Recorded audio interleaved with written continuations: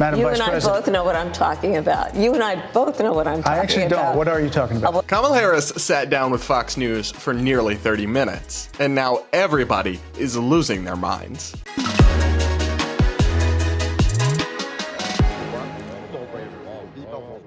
We're going to cover the Kamala Harris interview that's breaking the internet right now and so much more on today's episode of the Brad vs. Everyone podcast, my daily show where I take on the craziest ideas from across the internet and across our politics from an independent perspective. So first and foremost, I've been calling for Kamala Harris to do an interview with Fox News for weeks now because for a long time she only did interviews with very friendly, very softball left-wing hosts, and I think that's disappointing and lame and cowardly, but kudos to her. She went into the lion's den and she sat down with Fox News' Bret Baier for nearly 30 minutes for a very testy and spicy interview and back and forth that I thought made for interesting television, to say the least. Some people on the right are trying to say that this was the worst interview ever. Here's Tim Pool. Lord help me, I have never seen someone use so many words to say so little. Okay, Fox News did an interview with Kamala Harris. I commend her for doing this interview because boy was it bad. She had no reason to do this, but I guess she's so desperate she did. And she probably spoke for 15 seconds without saying a single thing. Meanwhile, many liberals are queening Kamala and acting like she just delivered the performance of the century. The truth, as is so often the case, is somewhere in the middle. Overall, she was somewhat coherent, which for her is not always the case with her word salads, and the bar has been set pretty low at this point by Joe Biden and Donald Trump, especially Biden. But she was coherent, she was firm, she handled Bret Baier, who was very aggressive and interrupted her and redirected her a lot. She handled it well, she didn't do any of the annoying woke feminist, I'm speaking. She didn't do any of that. She stuck to her talking points, so she did come across as an NPC robot at times because the things she was saying were just totally unrelated to the question she was being asked at times, but that's unfortunately kind of standard for politicians. However, the substance of some of her answers was incredibly weak. Honestly, I just don't think she did a terrible job, but I don't think it was either the massive L that a lot of right-wing media types are going to tell you, because I think they're just kind of playing to what their audience wants to hear. Their audience wants to hear that she did a terrible job, but that's just not the truth. She didn't do a terrible job. She did an all right job, and it went okay-ish. Sorry, that's not the most exciting report to bring you, but it's just my honest take. Now, I do want to go over two key moments from Kamala's interview with Bret Baier on Fox that's just breaking the internet right now, because these two moments really do reveal important themes about her campaign and about our politics right now. The first one is this clip where Bret asks Kamala about her radical changes in her position since 2019 when she ran for president the first time, where she had all these left-wing ideas that she's now backed away from, or it's not clear what she supports. And she does not have a good answer to these questions. Take a listen. There's a lot of people that look back at what you said in 2019 when you first ran for president. And there have been changes, and you've talked about some of them. When it comes to immigration, you supported allowing immigrants in the country illegally to apply for driver's license, to qualify for free tuition at universities, to be enrolled in free health care. Do you still support those things? Listen, that was 5 years ago, and I'm very clear that I will follow the law. I have made that statement over and over again, and as Vice President of the United States, that's exactly what I've done, not to mention before. If that's the case, you chose a running mate, Tim Walz, governor of Minnesota, who signed those very things into state law. So do you support that? We are very clear, and I am very clear, as is Tim Walz, that we must support and enforce federal law, and that is exactly what we will do. I'm sorry, what? She just did not answer any of the questions that she was asked. Do you still support giving illegal immigrants driver's licenses, letting them get free tuition, any of these things you said? I will follow federal law. Babe, the question is, how would you change federal immigration laws, which is a key part of what the president does, because they sign or veto legislation and they push an agenda in Congress and they lead potentially an immigration reform effort. So the problem is not, will you follow the laws as they're written, which, to be clear, the Biden administration with Harris involved has not always done, But the question is, how would you change our immigration laws? And she just gave a total non-answer. In the same way, saying, that was 5 years ago, isn't an answer. So are you telling us that just in 5 years, even though it's not like you're going from 18 to 23, when people's views would change a lot, you're going from 54 to 59, from senator to vice president. If you're going to say, of course my ideas are different now, it's been 5 years, you're going to have to give us more than that, babe. That doesn't answer the question. You still have to explain why they changed or if they changed. And this is one of the things that's so frustrating about Kamala Harris is we really still don't know what she actually freaking believes on a lot of these issues. There are times where she acknowledges that her position has changed, like this.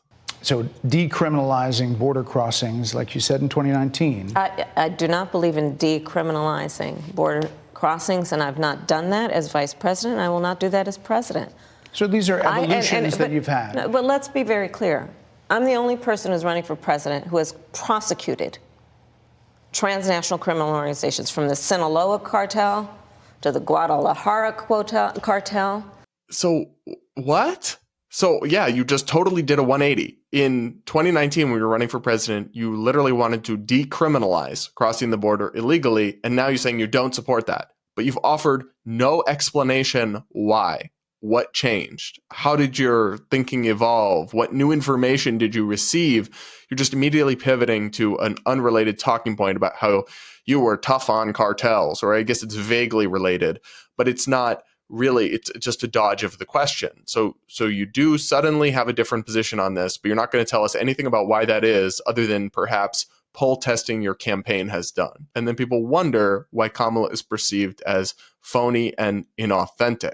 The strongest part of her argument about immigration was when she turned it back on Trump and said that he actually killed a border security bill and used his political pressure to stop it from passing, even though that bill was endorsed by the Border Patrol Union and was being pushed and written by very conservative members of Congress, like Senator James Lankford from Oklahoma.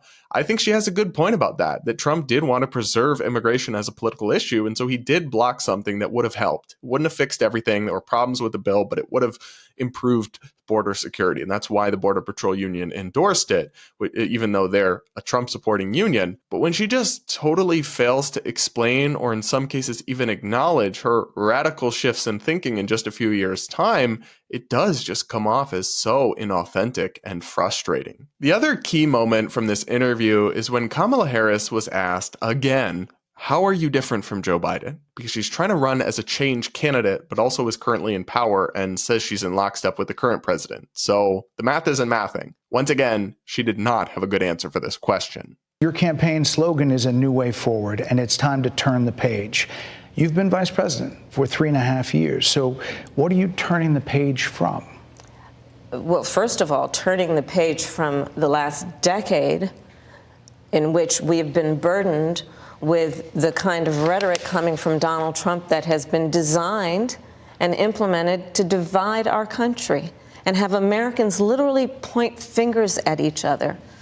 Rhetoric and an approach to leadership that suggests that the strength of a leader is based on who you beat down instead of what we all know. The strength of leadership is based on who you lift up. The strength of an American president, which is one who understands that the vast majority of us have more in common than what separates us. Madam Vice President, more than 70% of people that is tell about pollsters, turning the page on rhetoric that people are frankly exhausted of, Brett. More than 70% of people tell the country is on the wrong track. They say the country is on the wrong track. If it's on the wrong track, that track follows 3.5 years of you being vice president and President Biden being president. That is what they're saying, 79% of them. Why are they saying that? If you're turning the page, you've been in office for 3.5 years. And Donald Trump has been running for office. But you've been the person holding the office. Come on. Madam You Vice and I President. both know what I'm talking about. You and I both know what I'm talking about. I actually don't. What are you talking about? What I'm talking about is that over the last decade, but people you're the have lever become. Of power. But listen. Over the last decade, it is clear to me, and certainly the Republicans who are on stage with me, the former chief of staff to the president, Donald Trump, former defense secretaries, national security advisor, and his vice president, one, that he is unfit to serve, that he is unstable, that he is dangerous, and that people are exhausted with someone who professes to be a leader who spends full time demeaning and engaging in personal grievances and it being about him instead of the American people. People are tired of that. So again, she just did not have any good answer for this question of how are you going to turn the page when you're currently in power? And how are you a new vision when you're just a continuation? And then in another part of the interview, she was specifically asked, what policies are you different from Joe Biden on? Because in multiple past interviews, she's come up blank on that.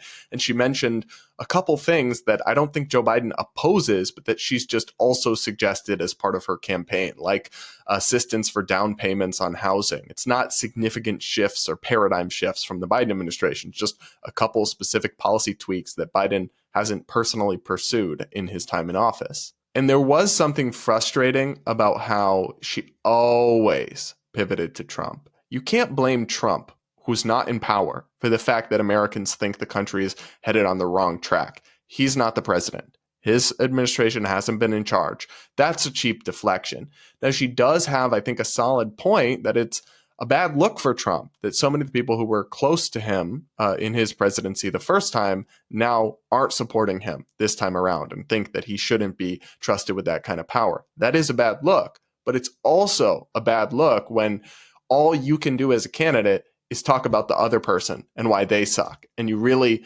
struggle to articulate a positive or compelling vision of yourself. But that was kind of one of the main themes of this interview, to be honest. In all, I thought she did okay. Like I said, there's not much in here that's going to derail a campaign, and she does deserve credit for going in the lion's den a little bit, though it really should be the bare minimum, but it isn't. So I will give her a little bit of credit.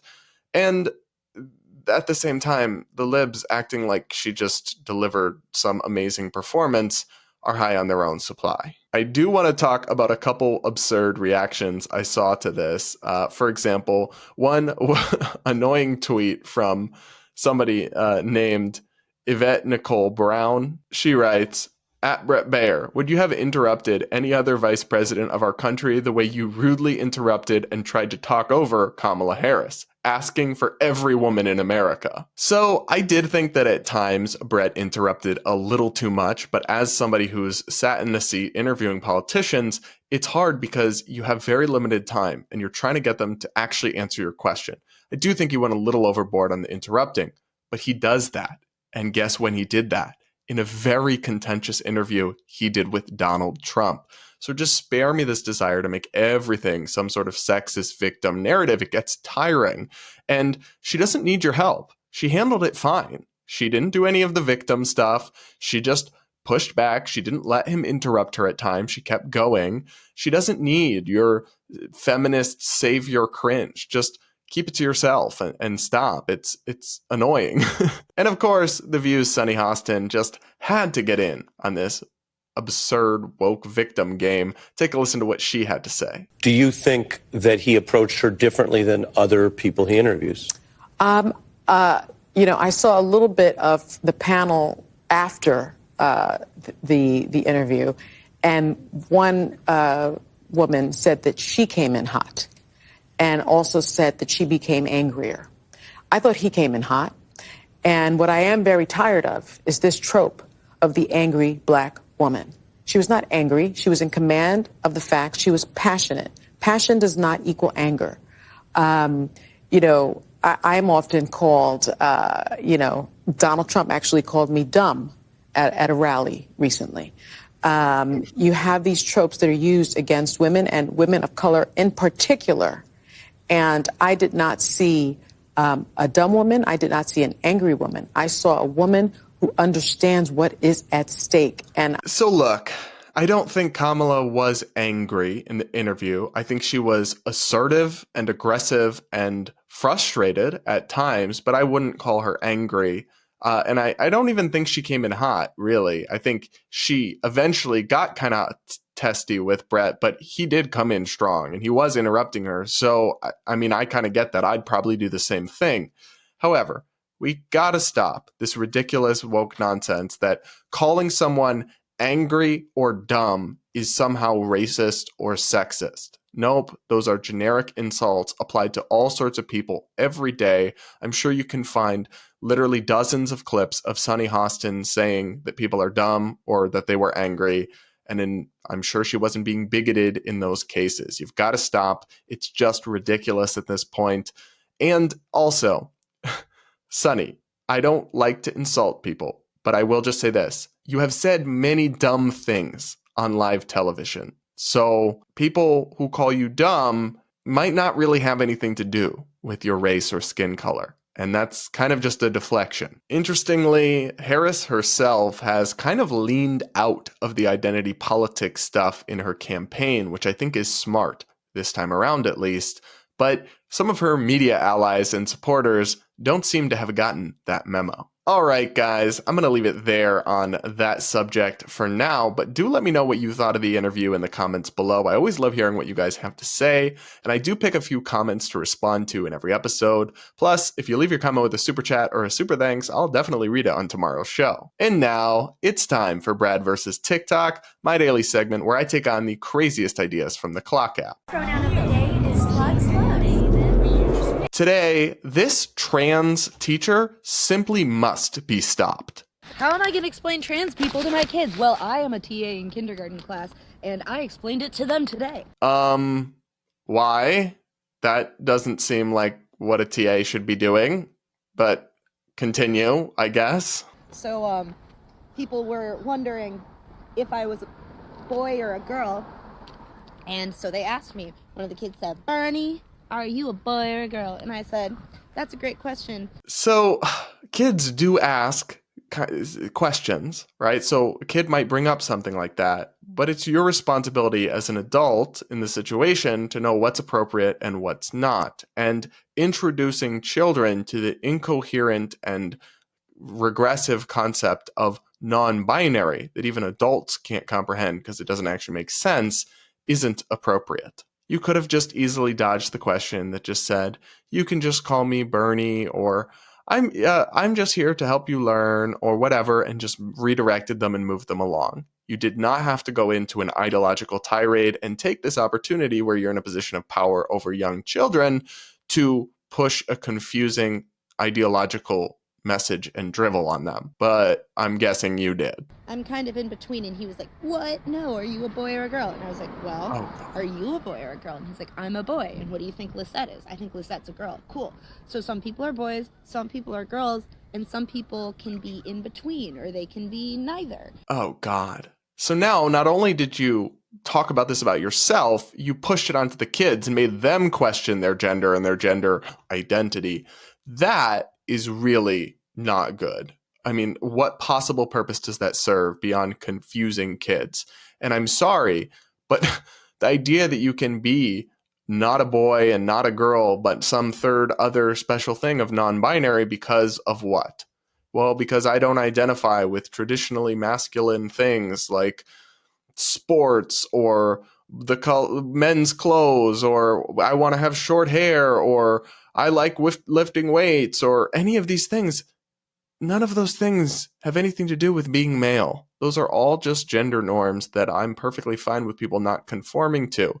But a male who is androgynous in these different ways is still a man. They don't need to be not a man in order to do any of those things. And actually, the suggestion otherwise, which is inherent to your bizarre ideology of non-binary, is sexist and reductionist. It is rooted in crude gender stereotypes that I thought the progressive people were supposed to be tearing down. But instead, you're reinforcing them in a bizarre, incoherent, and confusing way. And even worse, you're doing that to literal kindergartners. Babe, you need to get a grip. But this person kept going. Most people are boys or girls, and sometimes people switch from one to the other. What? You mean I could be a girl? Yeah, you could be a girl if you wanted to. Right now? Yeah, if you wanted to, you could say, "I'm a girl," and if you wanted, I could call you by a different name and call you she. And he was like, "But I don't want to be a girl." And I said, "That's great. That means you're a boy, and I'll call you by your name and use he." And he said, "Okay." This is so inappropriate. You're now confusing these kindergartners who still believe in the frickin' tooth fairy by telling them about transgenderism, and you're planting the seed in their head that they could change gender. That is just beyond inappropriate. And if a teacher did that with my kids, I would be furious. And that's as a gay person and as somebody who's completely supportive of the rights of transgender adults to live however will make them happiest. And there are kids who from a very young age feel trapped in the wrong body. My friend Blair White talks about being 5 years old and feeling like, I'm not a boy, I'm a girl. But nobody planted that idea in her head. Nobody taught her, oh, you could be transgender. If they actually have intense gender dysphoria, which is incredibly rare, that will just exist. It doesn't need to be planted or indoctrinated. And it's just so perverse to see somebody in this kind of position doing this. Let's see how this person wrapped up their video. So what do we use for you? And I was like, you can use whatever you like. You can call me Mr. Bernie, Miss Bernie, or just Bernie. And he said, okay. So that's how you explain trans people to your kids. It's simple as heck, all right? Kindergartners can do it, and so can you. I really believe in you. I love you. Have a good weekend. So, yikes. Just yikes. I mean, everything about this video is just really off-putting. The tone, the condescension, the acting like we're... Like, it is not the W that you think it is, that you were able to successfully confuse kindergartners to nod along to you saying something incoherent. That is not the W you think it is, babe. And I'm sorry, but I think this gives the trans community a very bad name, the LGBT community a very bad name. That somebody is not only using a position of power in the education system to push confusing and incoherent ideas on kids, but then bragging about it on the internet in a way that also just comes off as creepy. Many people in the comments basically said some variation of, you should be fired. This is inappropriate. And this individual responded to those comments by claiming that actually they're protected from being fired over this behavior because of anti-discrimination protections. Let's take a listen to that follow-up. So the funniest thing to me about people who think that trans people don't belong in schools and they should be kept away is that you can't do anything about it. It's illegal to discriminate based on gender identity or biological sex. So to all my fans out there who have been threatening me in the comments, eat shit and die. Well, them seems stable. So I want to talk about this because I actually found this interesting. First off, let me clarify, though, that I'm certainly not saying trans people don't belong anywhere in schools. I'm saying that you shouldn't speak to children about far left gender ideology and confuse them with incoherent ideas. So I actually think that if this person were to be fired for this video and for what they did with these kindergartner kids, explaining non-binary and telling them they could be transgender or all this other nonsense, I'm not really sure that that would be a violation of anti-discrimination laws, because it is correct, as this individual states, that anti-discrimination laws in employment now protect gender identity. So you cannot be fired for being trans. But in this case, you wouldn't be being fired for being trans or identifying even as non-binary. You'd be fired for the actions you took in school. Imagine this scenario, right? Imagine that you have a woke white lady who is not trans, is not non-binary, any of this stuff, who spoke to kids about being non-binary and being trans and told them you could be trans, you could be non-binary, spoke to kindergartners about that.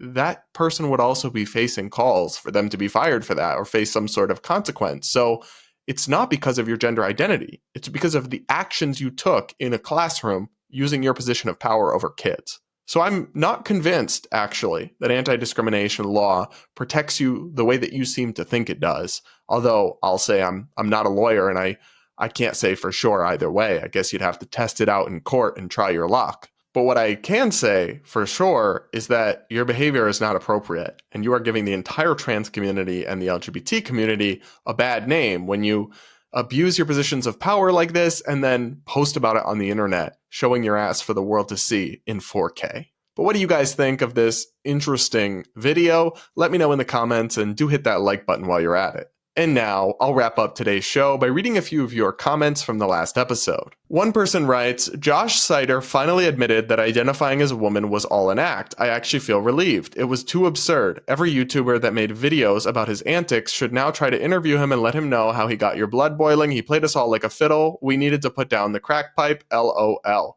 So this is that trans person, in quotes, I should say, who was coming on here and saying, hi, everyone, and was like a bearded dude with chest hair and all that.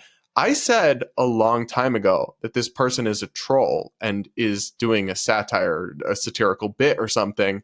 I'll roll that clip here, actually. Having a bulge doesn't magically make you a man. If you go to the comments section on any of these videos, you will find angry commenter after angry commenter saying that this is insulting to women, this is a farce, this is a joke, this is ridiculous, you're a man, blah, blah, blah. And I can understand why people would have that reaction. But I fear that something's going over their head. I can't prove this, but it seems to me that this Josh person is doing a bit. That this is a long parody kind of self-satire, if you will. He's given the game away in some of the clips where it's just like so far over the top that you know it can't actually be real or true. And part of the reason I suspect that this is actually just a parody is that Josh has been an attention seeker for decades. He was formerly on The Bachelorette, and then he's desperately tried to stay relevant for years since then, including at one point by faking his own death. And Josh has a background as a Christian Republican. So if you ask me,